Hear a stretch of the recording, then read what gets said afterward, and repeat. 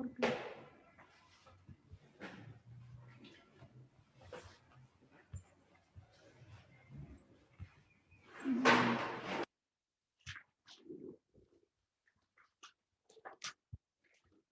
में स्क्रीन दिखाई दे रही है आपको?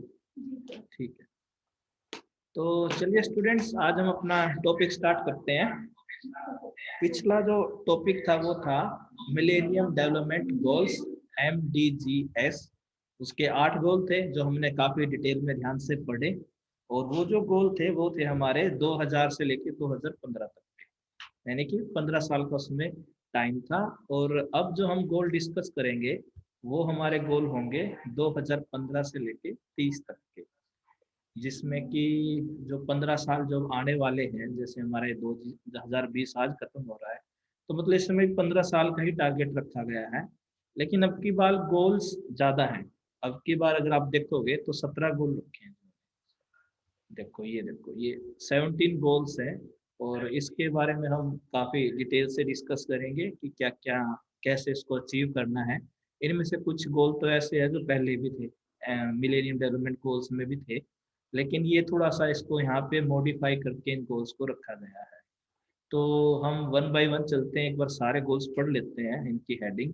तो पहला जो गोल है वो है नो पॉवर्टी, सेकंड है जीरो हंगर, थर्ड है good health and well being, fourth है क्वालिटी एजुकेशन, फिफ्थ है जेंडर इक्वालिटी, सिक्स्थ है clean water and sanitation, seventh है affordable and clean energy, eighth है decent work and economic growth, ninth है industry innovation and infrastructure, 10th goal है reduce inequalities, 11th है sustainable cities and communities, 12th है responsible consumption and production, 13th गोल है climate action, 14th गोल है life below water, 15th गोल है life on land, 16th गोल है piece justice and strong institution, और last गोल है partnership for the goals. तो इनमें से कुछ गोल तो ऐसे हैं जो हमने पहले MDG में भी पढ़े हैं, कुछ गोल्स यहाँ पे नए निकल के आए हैं, क्योंकि सीधी सी बात है 2000 में जब ये गोल रखे गए थे तो उस टाइम पे सिचुएशन कुछ और थी, और 2015 में जब ये गोल्स MDG खत्म हुआ तो उस टाइम पे अलग सिनारियो आया, अलग चैलेंज आया। तो इन गोल के बारे में हम वन बाय वन डिटेल में डिस्कस करेंगे। तो पहले हम चलते हैं जी गोल नंबर 1, जिसमें लिखा है नो पावर्टी। जैसे पिछले गोल्स थे उसमें था कि मिनिमम करनी है पावर्टी, लेकिन अब की बारे में कहा कि पावर्टी 2030 तक रहनी नहीं चाहिए, उसको हमें पूरी तरह से एंड करना है 30 तक। हाँ, 2030 तक जो है, इसे 2030 तक इसको पूरी तरह से खत्म करना है। नो पार्टी मतलब ये नहीं है कि सब अमीर बन जाएंगे, लेकिन ये हो जाएगा कि ओवरऑल वर्ल्ड वाइड सबकी बेसिक नीड जो है वो पूरी हो जाएगी। बेसिक नीड जैसे हमारा खाना पीना है, जैसे हमारा हेल्थ है, फूड है, एजुकेशन है, शेल्टर है, ये सारी चीजें एक बंदा पूरी कर पाएगा। ये इनका ऐसा इन्होंने गोल रखा है। तो गोल नंबर, हम पावर्टी में गए हैं, नंबर 1 गोल ये है। इसमें गरीब सा परिवार आपको दिखाई दे रहा है फोटो में, तो इसके बारे में हम बात कर लेते हैं।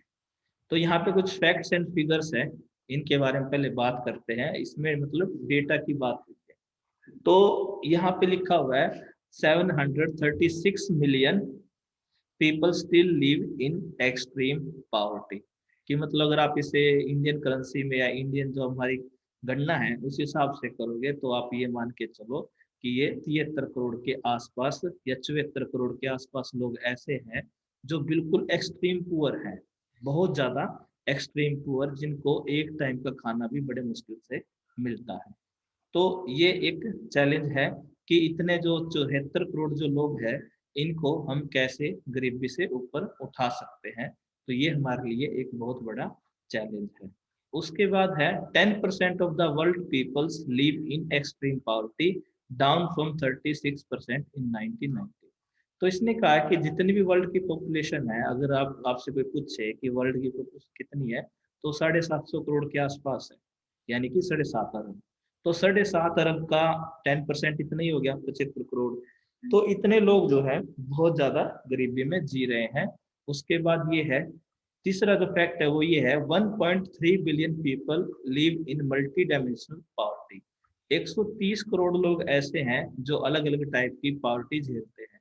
मतलब उनको हो सकता है कि उनके पास खाने पीने की चीजें तो हो, लेकिन एजुकेशन ना हो, हेल्थ ना हो, जो और चीजें है ना वो ना हो। सिर्फ ये नहीं है कि भाई खाना मिल जाएगा तो वो पूरा नहीं रहेगा, जो बाकी 4 नीड है वो भी पूरी होना जरूरी है। उसके बाद है 50%, half of all people living in poverty are under 18, कि जितने गरीब हैं इनमें से 50% गरीब तो ऐसे हैं जिनकी एज 18 साल से नीचे की है, यानी कि बेचारे बच्चे हैं, टीन एज है, वो इसमें आधे से ज्यादा हैं।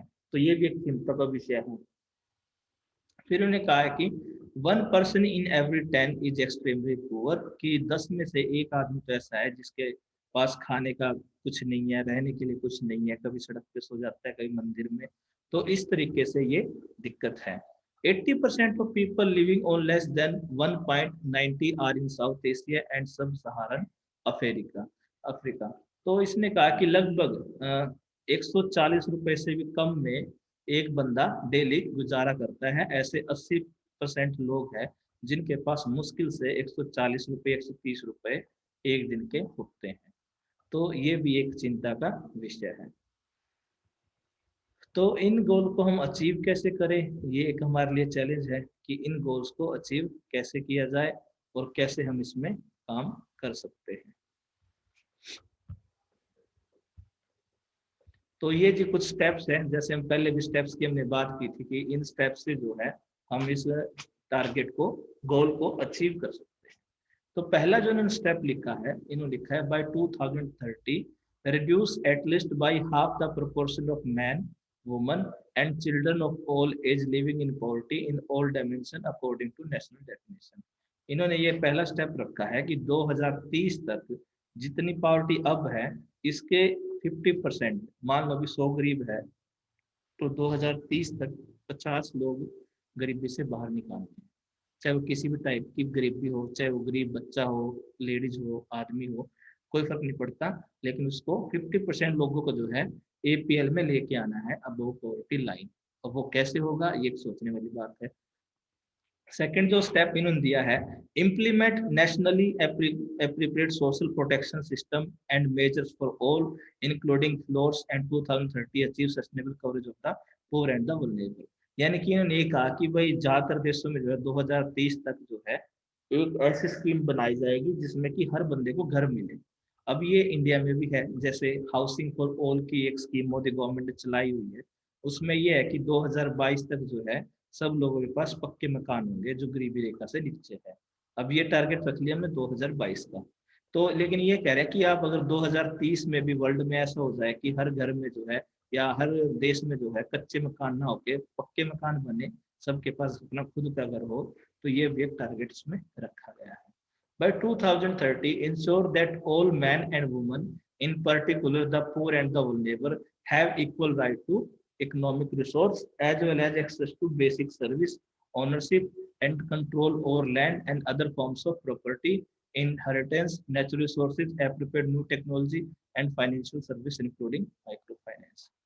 अब ये एक थोड़ी चिंता की बात है कि सच में होगा या नहीं होगा।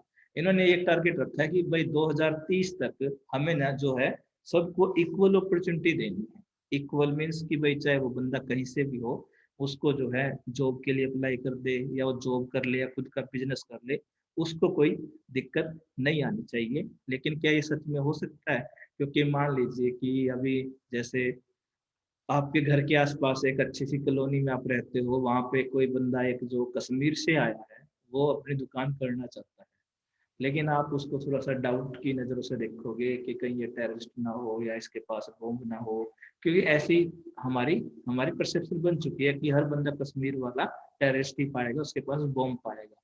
तो कहीं ना कहीं इन्होंने ये कहा कि 2030 तक हम ऐसा करेंगे, चाहे कोई बंदा कन्याकुमारी से हो, कश्मीर से हो, चाहे हिंदू हो, मुसलमान हो, सरदार हो, कुछ भी हो, उसको जो है कहीं पे बिजनेस करने, जॉब करने में कोई भी दिक्कत नहीं आनी चाहिए। इन्होंने ये इसका एक स्टेप रखा है। अब ये कैसे पूरा होगा वो लोगों पे डिपेंड है कि लोगों की सोच क्या कहती है। नेक्स्ट स्टेप है, by 2030 build the resilience of the poor and those in vulnerable situation and reduce their exposure and willing to climate related extreme events and other economic, social and environmental shocks and disaster। तो इन्होंने कहा कि जो बहुत ज्यादा गरीब लोग हैं, बहुत ज्यादा कमजोर हैं, उनको जो हमारी प्राकृतिक आपदा आती है, जैसे बाढ़ आ गई, तूफान आ गया, उनको जो है ऐसी फैसिलिटी देनी है कि वो उन इमरजेंसी सिचुएशन में खुद को संभाल सके। जैसे बाढ़ आ गई तो उनको शिफ्ट कर दे पहले, बाढ़ आने से पहले, या अगर बाढ़ आ भी गई है तो उनको निकालना वहां से। तो वो जो है प्रायोरिटी पे होने चाहिए लोग। तो ये सारी चीजें भी कहीं ना कहीं काफी मैटर करती है कि उनके लिए भी उतनी ही, उनकी जान भी इतनी ही कीमती है जितनी कि अमीर लोगों की होती है। उसके बाद है ensure significant mobilization of resources from a variety of resources including through enhanced development cooperation in order to provide adequate and predictable means of developing countries, in particular last developed country, to implement program and policy to end poverty in all dimension। उसके बाद उन्होंने कहा कि हर देश में जितनी भी scheme बनती है सबका एक ही मकसद होना चाहिए कि गरीबी जो है ऊपर से लेकर नीचे तक जड़ से खत्म करना। ये इन्होंने इसका रखा है। फिर है last point, create sound policy framework at the national, regional and international levels based on pro poor and gender sensitive development strategy to support accelerated investment in poverty eradication action. अब इसमें ये बात हुई है कि भाई जब गवर्नमेंट स्कीम बनाए तो वो प्रो पुअर होनी चाहिए और जेंडर सेंसिटिव। यहाँ पे दो टर्म यूज हुए हैं काफी इंपॉर्टेंट। एक तो इन्होंने लिखा है प्रो पुअर और दूसरा इन्होंने लिखा है जेंडर सेंसिटिव। तो इनका मतलब क्या है? प्रोपूर का मतलब ये है कि भाई हम शुरू से ही माइंड में लेके चल रहे हैं कि हमें गरीबों का भला करना है। ये इसको हम प्रोएक्टिव अप्रोच ही बोलते हैं। प्रोएक्टिव अप्रोच का मतलब होता है कि पहले से तैयार रहना उस चीज के लिए। तो जो भी स्कीम बनाई जाए वो होनी चाहिए प्रो पुअर, और दूसरी होनी चाहिए जेंडर सेंसिटिव। जेंडर सेंसिटिव ये कि भाई ये नहीं कि एक ऐसी पॉलिसी बना दी जिसमें आदमी और औरत में कोई फर्क ही नहीं किया। कई जगह पे होना चाहिए ऊपर कि भाई कुछ चीजों में ऐसे है कि वुमेन ठीक से नहीं कर पाएंगे उन कामों को, जेंट्स कर पाता है, तो उस हिसाब से वो चीजें एडजस्ट हो जानी चाहिए।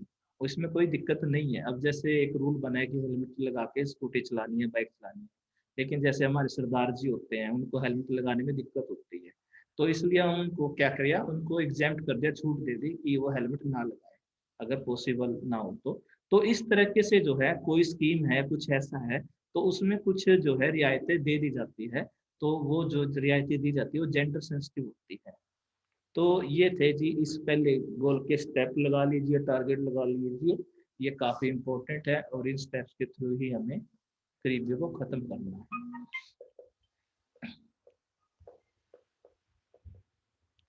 तो उसके बाद जी गोल 2, ये गोल 2 को देख लो ध्यान से जी। ये इमेज है यहाँ पे, एक मिनट को इसको कमजोर करते हैं। तो गोल 2 का नाम है जीरो हंगर, यानी कि बिल्कुल भी भुखमरी नहीं होनी चाहिए। ये एक गोल इन्होंने रखा है।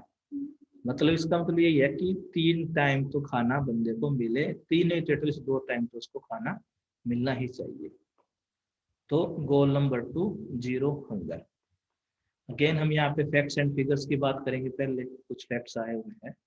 तो पहला जो फैक्ट्स है वो क्या है, 821 million the number of under nourished people reached 820 million in 2017। तो ये एक बार एक चीज देखने लायक है इसमें कि अगर ये आप फिर कहीं कंफ्यूज हो जाओ तो 881 मिलियन में होता है 82 करोड़, 82 करोड़। तो 82 करोड़ लोग ऐसे हैं 2017 में जिनको मतलब पोषण नहीं मिल पाता, जिसको हम कहते हैं कुपोषण कह लीजिए। मतलब वो क्यों होता है कुपोषण? क्योंकि अच्छी क्वालिटी का भोजन जब नहीं मिलता, अच्छा जब खाना नहीं मिलता, तो उससे क्या होता है कुपोषण हो जाता है, वो सारी चीजें शरीर को नहीं मिलती। अगर आप यूएस इसमें मुंबई में देखोगे तो मुंबई वैसे में टीम पे तो बहुत अच्छा लगता है, बड़ी बड़ी गाड़ियाँ, बड़ी बड़ी बिल्डिंग। लेकिन मुंबई में भी गंदी बस्तियां बहुत हैं जहाँ पे बहुत गंदगी है, लोग पता नहीं वहाँ पे कैसे रह लेते हैं। और ऐसे ऐसे लोग हैं जिनके पास सिर्फ 10 रुपए होते हैं, तो 10 रुपए की वो पाव खा लेते हैं, बड़ा पाव। बस उनके पास और पैसे नहीं होते, तो वो 10 रुपए का पाव खा के पूरा दिन गुजारा करते हैं और काम भी करते हैं। तो इस तरह से इंडिया में जैसी प्रॉब्लम है, ऐसी प्रॉब्लम दूसरे देशों में भी है। खास करके जैसे अफ्रीका के देश है बहुत सारे। अफ्रीका में तो आप ये मान के चलो डेवलपमेंट शुरू भी नहीं हुआ, स्टार्ट ही नहीं किया उन लोगों ने। क्यों नहीं किया? क्योंकि सारी जगह रेगिस्तान है, मुश्किल है, कुछ खास उगता नहीं है। सीधी सी बात ये है। तो अभी तो उन्होंने डेवलपमेंट के रास्ते पे चलना भी शुरू नहीं किया है अफ्रीकन कंट्रीज ने। और अफ्रीका कंट्रीज ही सबसे ज्यादा पुअर कंट्री में गिनी जाती है, जहाँ पे एक्सट्रीम पॉवर्टी है। तो ये एक डेटा है कि 82 करोड़ लोग ऐसे हैं जहाँ पे उनको खाना पीना नहीं मिलता, जो कि कुपोषण का शिकार है, उनको अच्छी क्वालिटी का भोजन नहीं मिलता है। इसको आप ऐसे समझ सकते हो कि जैसे दूध लगा लीजिए, दूध के कितने सारे टाइप है। कि एक तो जैसे आपका सिंगल टोन दूध होता है सबसे सस्ते वाला, उसमें बिल्कुल भी क्रीम या फैट नहीं होता। उसके बाद फिर आपका डबल टोन दूध आता है, वो थोड़ा सा इम्प्रूव होता है। उसके बाद फिर आपका फुल क्रीम आता है, वो और भी अच्छा होता है। तो इस तरीके से ये सारी चीजें हैं। तो ये कहीं ना कहीं हमें ध्यान रखना है कि भाई जैसा भी हो, अच्छा फूड जो है प्रोवाइड कराएंगे, तभी ये भुखमरी का नंबर जो है कम हो जाएगा। क्योंकि 82 करोड़ नंबर कम तो नहीं है, यानी कि एक देश ही लगा लो 82 करोड़ लोग।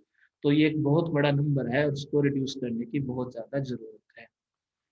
फिर इन्होंने कहा है 63% in 2017 Asia accounted for nearly two third 63% of the world's hungry. अरे बाप रे, ये मुझे भी नहीं पता था। ये कह रहा है कि जितने पूरे वर्ल्ड में भुखमरी है, उसका 63% एशिया में ही है।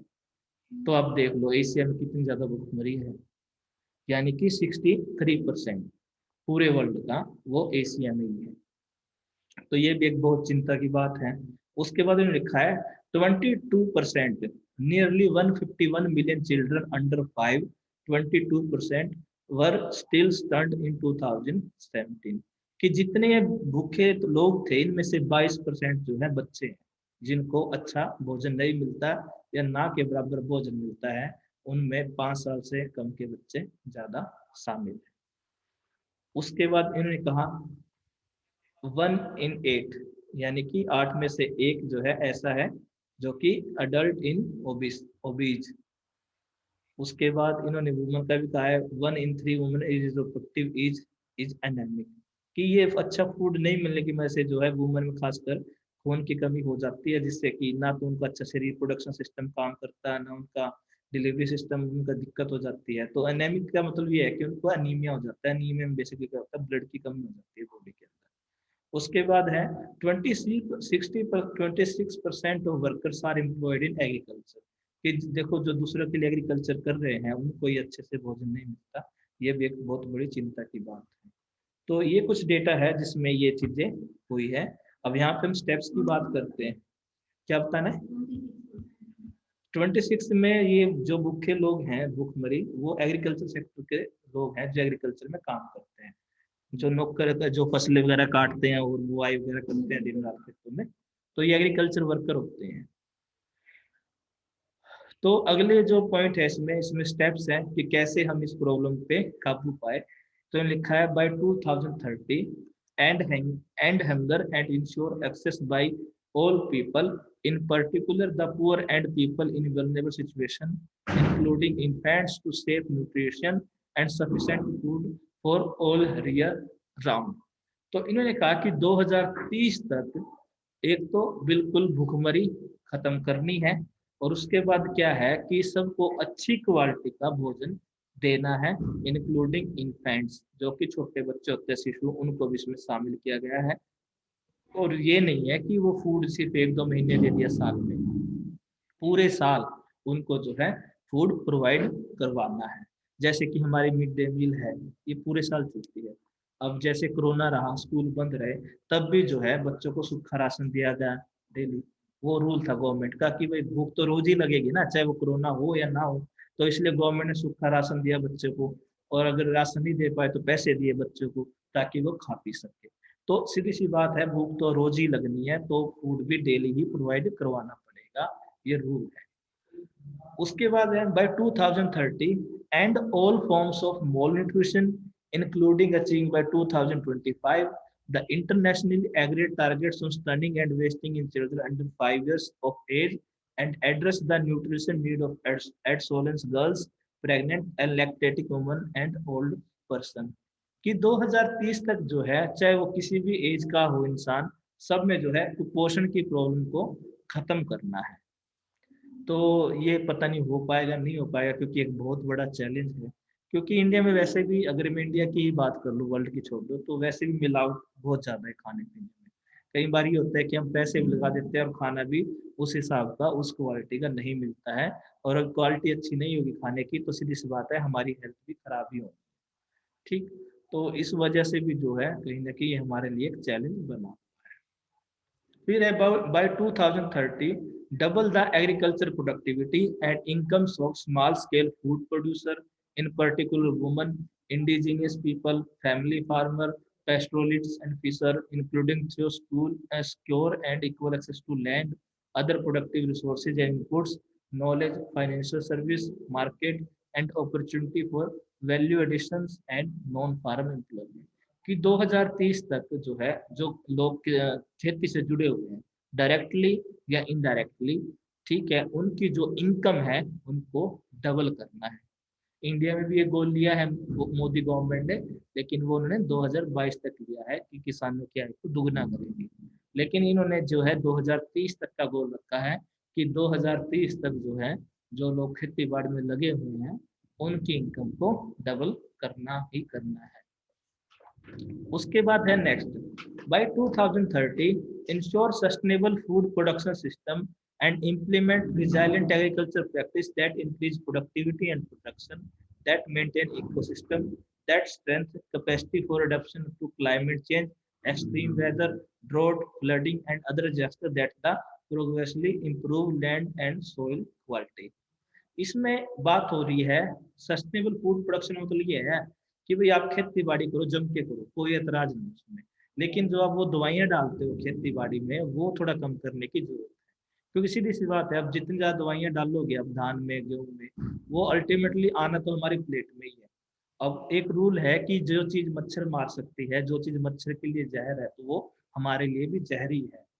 तो इसलिए अगर आप ज्यादा पेस्टिसाइड्स यूज कर रहे हो, जैसे कि आजकल किसान कर ही रहे हैं बहुत ज्यादा ज्यादा फसलें चक्कर में, और मैंने बहुत बार बहुत जगह पढ़ा भी है कि जो मार्केट में चीजें आती हैं उसमें काफी वो दवाइयां मिला मिलू के, जैसे घी आती है, लौकी आती है आपकी, तो वो कहते हैं कि उसमें एक इंजेक्शन लगता है जिससे कि वो लौकी काफी बड़ी हो जाती है और वेट में भी काफी ज्यादा हो जाती है, तो वो अच्छे रेट पे जाएगी, सीधी सी बात है। उसका वेट जब बढ़ गया है तो इसलिए कुछ बहुत सारे किसान ऐसे हैं जो अपना इस चक्कर में कि भाई ज्यादा से ज्यादा हमारा प्रोडक्ट बिके तो उसमें इंजेक्शन लगाते हैं। अब जैसे मैंने लास्ट ईयर देखा था, जैसे हम बेर आते हैं, काफी बड़े बड़े बेर आते हैं मंडियों में, उसको देखकर डाउट होता है कि हमने पूरी लाइफ इतने बड़े बेर देखे नहीं है जिंदगी में जितने वो आते हैं। क्योंकि अगर आप खुद करके देखो ये चीज, आप अपने घर के पीछे एक क्यारी बनाओ, उसमें आलू उगा के देखो, आपकी बहुत मेहनत लगेगी, पसीना बहाना पड़ेगा, और 2-3 महीने के बाद जब आप वो आलू निकालोगे अंदर से तो भी वो छोटे छोटे मिलेंगे, लेकिन वो नेचुरल है, उसमें कोई नुकसान नहीं है। और लेकिन जब आप जाते हो सब्जी मंडी में आलू खरीदने तो पूरे बड़े बड़े आलू मिलते हैं आपको, तो मतलब वो नेचुरल नहीं है, उनमें इंजेक्शन लगाया है, दवाइयाँ यूज की गई है, तभी वो इतने बड़े साइज के। तो इसलिए ये दिखते हैं। तो इन्होंने कहा कि 2030 तक हमें क्या करना है कि जो हम फसलें उगा रहे हैं उसमें दवाइयाँ जितनी हो सके कम से कम यूज करनी है। क्योंकि जब हम सीधी सी बात है पेस्टिसाइड वाली चीज खाएंगे तो वो हमारे अंदर जाएगा और हमारी हेल्थ को डैमेज करेगा। और अब हो भी यही रहा है कि अब 35 साल की एज क्रॉस करने के बाद आदमी बीमार होता है। क्यों? क्योंकि खाना हम ऐसा खा रहे हैं जिसमें इतनी सारी दवाइयाँ मिल के आती है। तो इसलिए 35 एज क्रॉस करने के बाद कभी कुछ प्रॉब्लम कभी कुछ प्रॉब्लम, तो ये एक दिक्कत रही है। उसके बाद जो नेक्स्ट स्टेप है, बाय 2020 यानी कि ये साल जो गया, maintain the genetic diversity of seeds, cultivated plants and farm and domesticated animals and their related wild species, including through soundly managed and diversified seed and plant banks at the national, regional, and international levels, and promote access to and fair and equitable sharing of benefit arising from the utilization of genetic resource and associated traditional knowledge as international agreement। Basically ये जो काम है ना, ये सरकार का नहीं है, ये लोगों का काम है। इसमें जो चीज कही गई है वो ये है कि लोगों के पास अगर किसी एक के पास नॉलेज है ना, तो उस नॉलेज को शेयर करो। मान लीजिए कि कोई ऐसा बंदा है यहाँ पे हमारे जिसको मशरूम अच्छे से उगाना आता है, उसको पूरी नॉलेज है कि मशरूम जो है कैसे कैसे अच्छे से उगाई जा सकती है। लेकिन अगर वो ये सोचता है कि बस सिर्फ मेरे मेरे को ये बात पता है, पता रहनी चाहिए, मैं दूसरों को नहीं बताऊंगा, तो वो तो है गलत। अगर वो सबके साथ शेयर करता है कि हाँ भाई देखो मशरूम प्रोड्यूस करने में इतना फायदा होता है और ये इसमें बेनिफिट्स है, तो इसमें बेसिकली क्या है, नॉलेज शेयरिंग है कि जितनी ज्यादा आप नॉलेज शेयर करोगे एक दूसरे के साथ, उतना ही ज्यादा सबका इसमें बेनिफिट मिलेगा।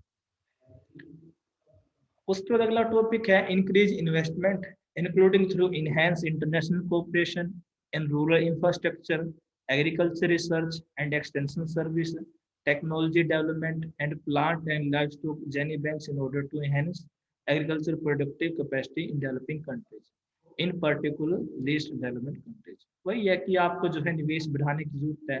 जितना ज्यादा आप निवेश बढ़ाओगे, खासकर ग्रामीण क्षेत्रों में, रूरल इंफ्रास्ट्रक्चर का मतलब है कि जब गांव में कंपनियां खुलने जाती है, बहुत सारी आप जैसे मिल्क प्लांट देखते हो गांव से गांव में होता है। अब ज्यादातर कंपनी जो है गांव की तरफ भागना स्टार्ट कर रही है। उसके कुछ रीजन है। उसका एक रीजन तो ये है कि जो गांव में अगर कोई कंपनी जाती है तो उसकी कॉस्ट अपने आप कम हो जाती है, लेबर सस्ता मिल जाएगा, बिजली पे सब्सिडी मिल जाएगी, सड़क वगैरह है, दूसरे टैक्सीज है वो कम हो जाते हैं गांव में जाने के बाद। तो कहीं ना कहीं ये स्कीम अच्छी है कि अब जो है रूरल इंफ्रास्ट्रक्चर यानी कि ग्रामीण विनिर्माण पे ध्यान देने की जरूरत है, और लोग दे भी रहे हैं ग्रामीण विनिर्माण पर ध्यान। उसके बाद जी नेक्स्ट है correct and prevent trade restriction and distortion in world agriculture markets including through the parallel elimination of all forms of agriculture export subsidies and all export measure with equivalent effect in accordance with the mandate of the Doha development round. तो एक दोहा development round हुआ था, उसके हिसाब से उन्होंने ये कहा है कि जो एक देश के बीच में लगा लो या देशों के बीच में लगा लो, ट्रेड जो है फ्री होना चाहिए, जिसे हम मुक्त व्यापार बोलते हैं, कि मुक्त व्यापार की बहुत ज्यादा जरूरत है। ऐसे बंदिश ना हो कि कभी पाकिस्तान ट्रेड बंद कर देता है, कभी हम कर देते हैं, कभी चाइना वाला काम बंद कर देते हैं। तो इस तरह की जो व्यापार की बंदिशें हैं वो जो है हटनी चाहिए, और एग्रीकल्चर कमोडिटी का फ्लो जो है वो एक देश से दूसरे देश में बिना किसी रिस्ट्रिक्शन के होना चाहिए। तो इससे भी जो है गरीब ये हमारी हंगर जो है कम होगी। और इसके बाद जो इसमें लास्ट टॉपिक है, लास्ट पॉइंट है, वो है adopt measures to ensure the proper functioning of food commodity markets and their derivative and facilitate timely access to market information including on food reserve in order to help limit extreme food price volatility। इन्होंने कहा है कि जैसे अब हम कई बार देखते हैं, जैसे और जगह पे मांग का नियम लागू होता है कि जितनी डिमांड जितनी सप्लाई उतनी डिमांड और प्राइस, ये रिलेशन हर जगह। लेकिन एग्रीकल्चर गुड्स में हम ऐसा नहीं कर सकते। अगर एग्रीकल्चर गुड्स में हमने ऐसा कर दिया कि भाई अगर राइस की सप्लाई ज्यादा है तो प्राइस कम, और राइस की कम है तो प्राइस ज्यादा, अगर ये रूल हमने यहाँ पे लगा दिया इंडिया में, तो एक बार सिचुएशन ऐसी भी हो सकती है कि आटा 100 रुपए किलो हो जाए या 200 रुपए किलो भी हो सकता है। चावल भी जो है एक सिचुएशन होने पर 300 रुपए किलो भी हो सकते हैं चावल। तो अगर ऐसी सिचुएशन आई तो डेफिनेटली जो गरीब लोग हैं जिनके पास इतने पैसे हैं नहीं, तो वो इतनी महंगी चीज महंगे फूड कैसे खरीद सकते हैं। तो कहीं ना कहीं ये एक दिक्कत की बात है कि एग्रीकल्चर जो गुड्स हैं उस पे हम लो का जो नियम है, जो हमारा मांग का नियम है, उसको हम लागू नहीं कर सकते, क्योंकि फिर बहुत सारे लोगों के लिए वो चीजें खरीदना इम्पॉसिबल हो जाएगा। फिर है जी गोल 3, गुड हेल्थ एंड वेलबींग। ये सबसे इम्पोर्टेंट गोल होता है जी, कि हेल्थ जो है अच्छी रहे। अब जैसे कि आप इस पिक्चर में देख रहे हो, ये एक लेडीज है अपने बच्चे के साथ, इसमें इसका जो है ब्लड टेस्ट कर रहा है ये। तो इस टाइप की प्रैक्टिस जो है बहुत जरूरी है हमें। और इंडिया में सिचुएशन इंप्रूव हुई है। अब जैसे डिलीवरी लगा लीजिए, कुछ भी लगा लीजिए, जच्चा बच्चा एंड एवरीथिंग, वो सब क्या है हॉस्पिटल ही मॉनिटर कर रहा है बहुत जगह पे, और धीरे धीरे पॉजिटिव चेंज आ रहा है। लेकिन अफ्रीकन कंट्रीज में अभी भी दिखते हैं, अफ्रीकन कंट्रीज में अभी भी यही प्रॉब्लम है कि वहाँ पे बहुत सारी डिलीवरी हॉस्पिटल में नहीं होती है। तो इसकी वजह से क्या हो रहा है कि वहाँ पे इन्फेंट मोर्टेलिटी रेट जो है काफ़ी ज़्यादा है, कि मतलब डिलीवरी के टाइम पे कई बार बच्चे की डेथ या मदर की डेथ भी हो जाती है। तो अब ये जो तीसरा फैक्ट है गुड हेल्थ एंड वेलबींग, यानी कि स्वस्थ रहना और अच्छे तरीके से रहना, उसके बारे में बात कर लेते हैं। 400 million, at least 400 million people have no basic health care and 40% lack social protection। ये बहुत बड़ा डेटा है कि 400 करोड़ लोग ऐसे हैं कि जिनके पास जो है बेसिक हेल्थ केयर नहीं है। मतलब बुखार भी हो जाए तो डॉक्टर नहीं, जुकाम हो जाए, बेसिक हेल्थ केयर जो छोटी मोटी बीमारियां होती हैं उनका इलाज कराने के लिए भी उनके पास नहीं है। तो ऐसे लोग कितने हैं 400 करोड़, यानी कि 4 अरब। और इन 4 अरब में से 40% ऐसे हैं लगभग 200 करोड़ के आसपास जिनके पास सोशल प्रोटेक्शन, यानी कि जैसे कि इंश्योरेंस होता है, बीमा होता है, बाई चांस जैसे किसी की डेथ हो जाए किसी बीमारी से तो उसको कंपनसेशन मिलता है, ये भी नहीं है लोगों के पास, 40% के पास। तो ये एक चिंता की बात है। फिर उसके बाद है more than 1.6 billion people live in fragile setting where protracted crisis combined with weak national capacity to deliver basic health service present a significant challenge to global health. कि 160 करोड़ लोग तो ऐसी जगह पे रहते हैं जहाँ पे इतनी ज्यादा बीमारियां हैं कि वहां पे कोई हम हेल्थ केयर सिस्टम लगा ही नहीं सकते। अब चाहे देखो कोई शहर कितना भी सुंदर हो, अगर आपको शहर की सच्चाई देखनी है ना तो आप उस शहर से थोड़ा बाहर जाके देखो। कई बार जैसे हम ट्रेन में बैठते हैं और एक शहर से निकलते हैं तो कई बार देखते हैं कि झुग्गी झोपड़ी वाले वहाँ बैठे रहते हैं लोग, और बहुत सारे लोग होते हैं। हर शहर में ये सिचुएशन है कि वो जो है उनकी बस्तियां होती है और वो बस्तियां बेचारे बैठे रहते हैं गरीब से लोग, और उनके बच्चे ऐसे गंदे नाले में खेल रहे हैं, पीने का पानी भी नहीं है उनके पास, काफी वो गंदगी में रह रहे हैं। तो ऐसे लोगों को हमें हेल्थ केयर देने की जरूरत है, लेकिन दे तो दे कैसे? वहां पे कोई डॉक्टर जाना पसंद ही नहीं करेगा, सीधी सी बात ही है। हर डॉक्टर ये चाहता है कि भाई उसे अच्छे बड़े शहर में जॉब मिले, अच्छा उसे फैसिलिटी मिले। ठीक है। अब अगर हम किसी टीचर को चॉइस दे कि भाई आपको महेंद्रगढ़ जाना है, मेवात जाना है, आपको रेवाड़ी जाना है, तो कोई जाके खुश नहीं है उस तरफ। ठीक है, क्यों? क्योंकि वहाँ फैसिलिटी नहीं है, सीधी सी बात यही है। तो कोई वहाँ पे उस बैकवर्ड एरिया में जाना पसंद भी नहीं करता। हाँ, अगर आप ये कह दो कि आपको अम्बाला जाना है, चंडीगढ़ जाना है, आपको रोहतक जाना है, गुड़गांव जाना है, फरीदाबाद जाना है, तो लोग भाग भाग के वहाँ पे जॉब करने के लिए रेडी है। तो कहीं ना कहीं ये कमी हम लोगों में भी है कि जहाँ पे ज्यादा जरूरत है गंदी बस्तियों में, झुग्गी झोपड़ियों में लोगों को डॉक्टर्स की, वहाँ पे डॉक्टर जाते नहीं हैं। तो कहीं ना कहीं ये हेल्थ केयर सिस्टम जहाँ पहुँचना चाहिए वहाँ नहीं पहुँच पाता है। तो ये एक बड़ी दिक्कत की बात है। उसके बाद है 15 मिलियन। ठीक है, यानी कि आपका ये हो गया जी 1.5 करोड़ के आसपास। By the end of 2070 21.7 million people living with HIV were receiving antiretroviral therapy, yet more than 50 million people are still waiting for treatment। यानी कि ये लगभग ये मान लो कि 2 करोड़ के लोग आसपास ऐसे लोग हैं जो कि HIV पॉजिटिव है और उनको इलाज किया जा रहा है, लेकिन उनसे ज्यादा लोग अभी भी वेटिंग में। तो ये जो एड्स की बीमारी है, HIV की बीमारी है, ये भी एक बहुत बड़ी दिक्कत है क्योंकि इसका कोई प्रॉपर ट्रीटमेंट तो है नहीं है। तो ये एक दिक्कत है।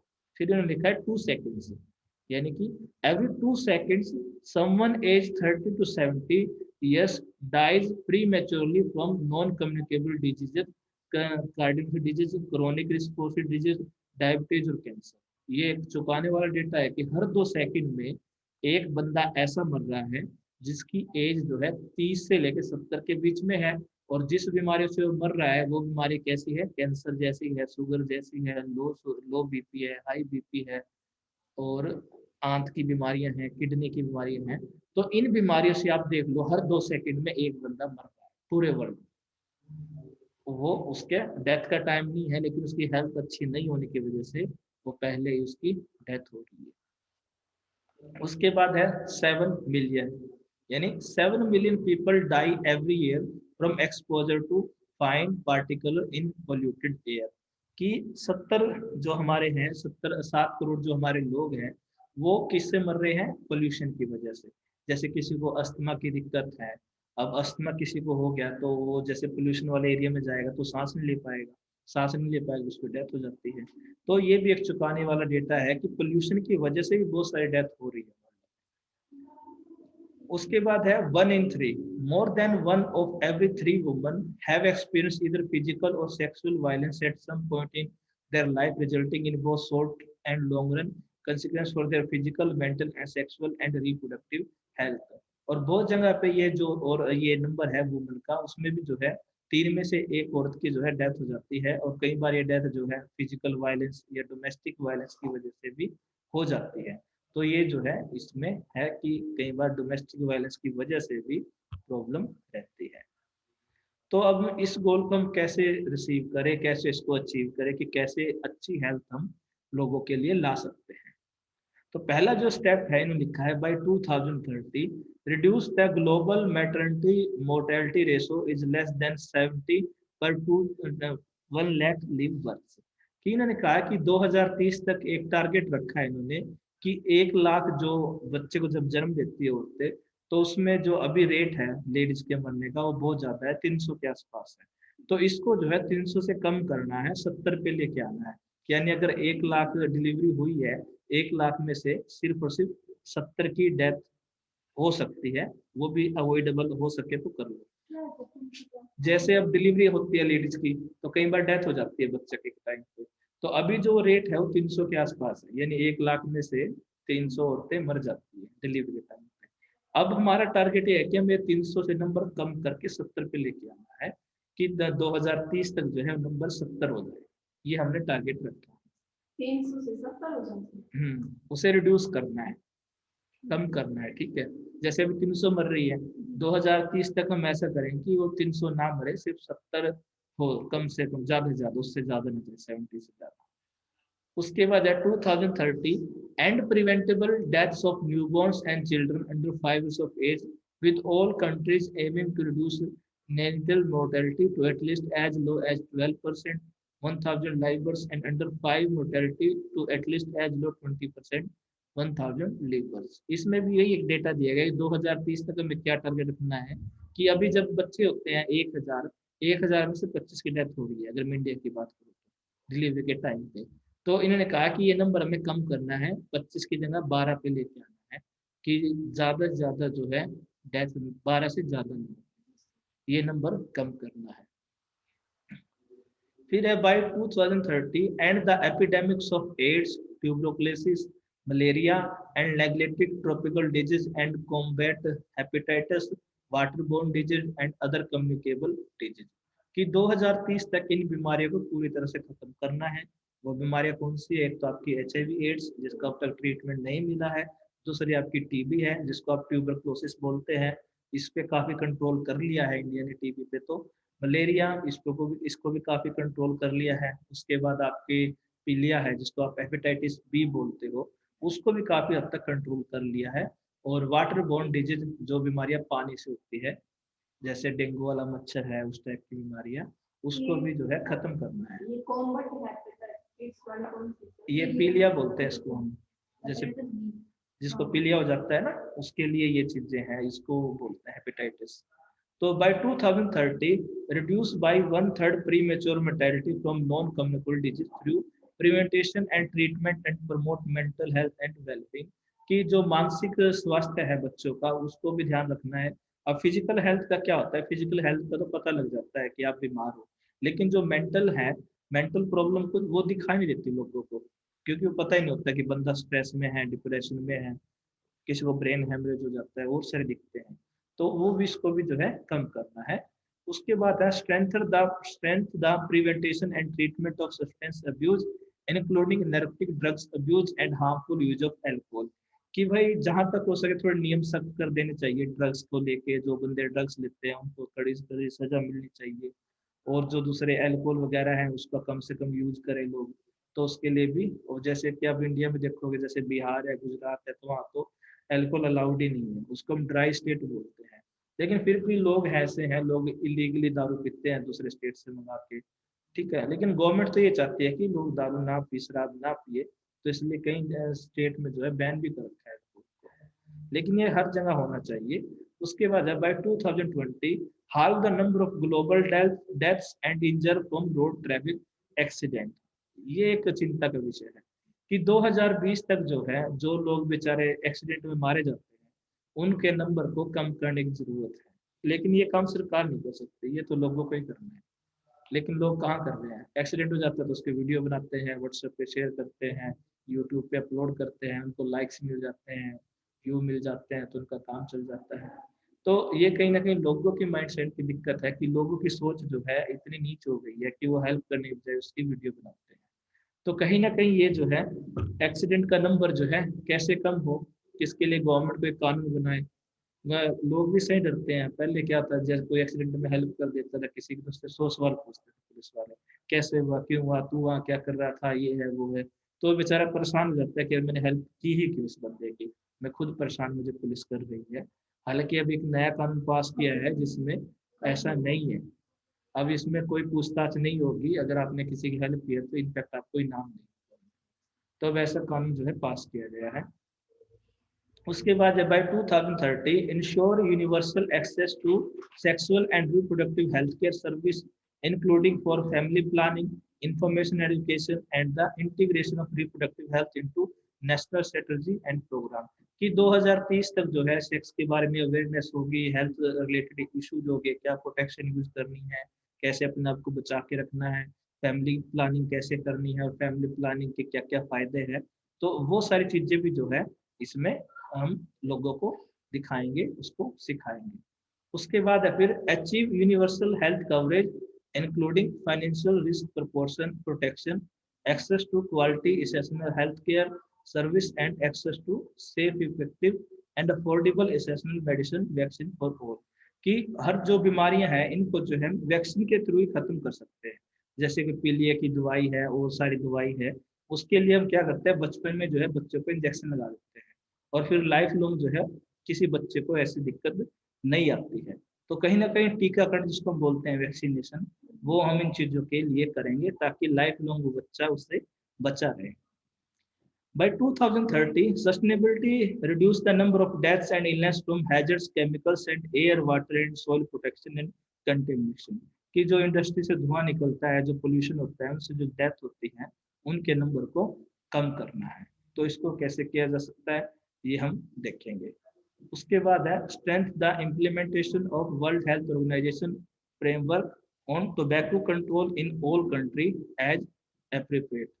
तो इसमें एक चीज और है कि कैसे जो है हम ये चीज कंट्रोल कर सकते हैं कि टोबैको जो प्रोडक्शन है उसको हम जो है कैसे रोक सकते हैं। इसके लिए एक चीज हमें करनी पड़ेगी कि हमें जो है टोबैको बैन करना पड़ेगा। और इंडिया में जो चीज हो रही है वो क्या हो रही है कि हम उस चीज को कैसे कंट्रोल कर रहे हैं, हम उस चीज को कंट्रोल कर रहे हैं कि भाई हम टैक्स ज्यादा लगा रहे हैं, पहली चीज जो है। अब आप जैसे देखोगे पहले जो सिगरेट का प्राइस था वो मेरे हिसाब से 10 रुपये 5 या 4 रुपए का होता था, लेकिन अब टैक्स लग के वो 15 या 16 रुपए की एक सिगरेट हो गई। तो ये सिगरेट महंगी क्यों हुई है? अब पीछे से कुछ नहीं हुआ, क्योंकि वो महंगी इसलिए है कि गवर्नमेंट हर साल जो है टैक्स बढ़ा रही है। तो कहीं ना कहीं ये एक दिक्कत की बात है कि हम कैसे इसको कंट्रोल कर सकते हैं। तो ये एक चीज जरूरी है जाननी कि कैसे हम जो है इसको टैक्स करके, टैक्स करने का फायदा यही है कि भाई आप जो है उसको इसलिए कर रहे हो ताकि लोग उसको ना पिए, लेकिन लोग अभी पीते हैं। उससे कोई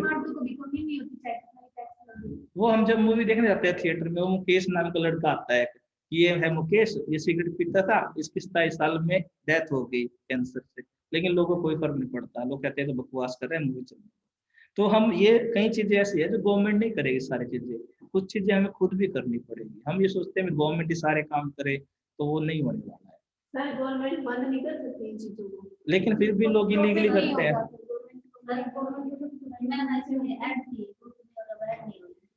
कौन सा ग्रुप है? चलो ठीक है, ये टॉपिक आज यहीं पढ़ते हैं, टॉपिक काफी बड़ा है ये और क्लास का टाइम भी खत्म होने वाला है।